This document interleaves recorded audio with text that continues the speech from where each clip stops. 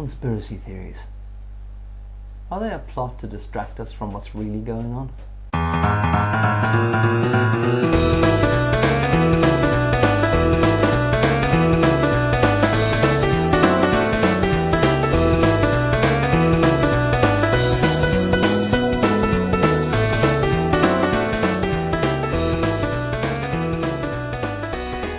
I read an article recently which got me to thinking. It's up on the right.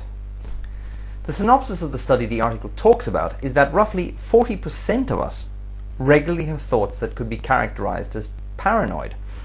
And this really does explain rather a lot about how the world works. When I was a Christian, I loved the idea that I knew stuff about the coming enslavement of humanity through barcodes. It was the 80s. The rise of the European Union as the new Roman Empire, and of course the big one, the rapture itself. I absolutely loved that stuff. And who wouldn't?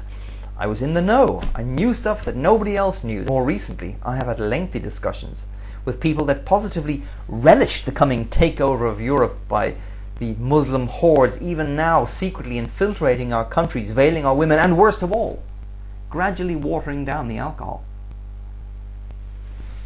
I'm Irish, it's an expected stereotype. I have come to the conclusion that I am not alone in my desire to be in the know. Every other human on the planet wants to be in the know too, and there is nothing that a group of people in the know enjoy more than getting together and affirming one another on just how incredibly in the know they are, and how those that aren't in the know are as thick as the proverbial bag of hammers.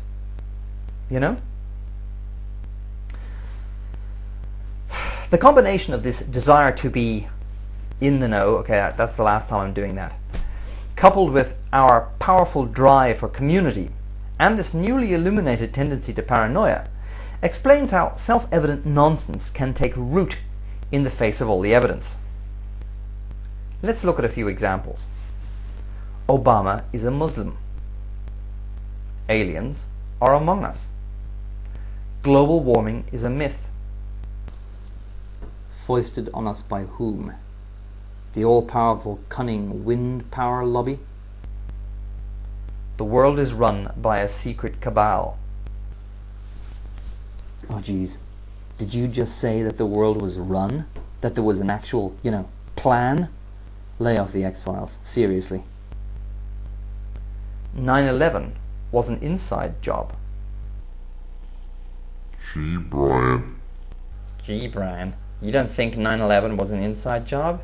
No, I don't. For reasons that can be briefly summarized by the statement, I despise George Bush and everything he stands for, but I have never enjoyed having my head up my ass. End quote. Besides, do we really need to make stuff up? We live in a world that is armed to the teeth, where the self-proclaimed foremost proponent of human rights is the most heavily armed of all, whose government in the last 7 or so years has been an untroubled purveyor of torture, extrajudicial detention, and even by the most conservative estimate, tens of thousands of violent deaths, hundreds of thousands of injuries, and the displacement of millions. That aside, each year several million humans die in wars, of starvation or treatable diseases. Face it, the Earth is the very definition of a failed state. We don't need to search for stuff to be scandalized or horrified by. It's all in plain sight. If you want to get worked up about something, if you want to be engaged, if you want to be in the know, then do it about outrages for which there are multiple independent sources of evidence. You can start off by joining Amnesty International.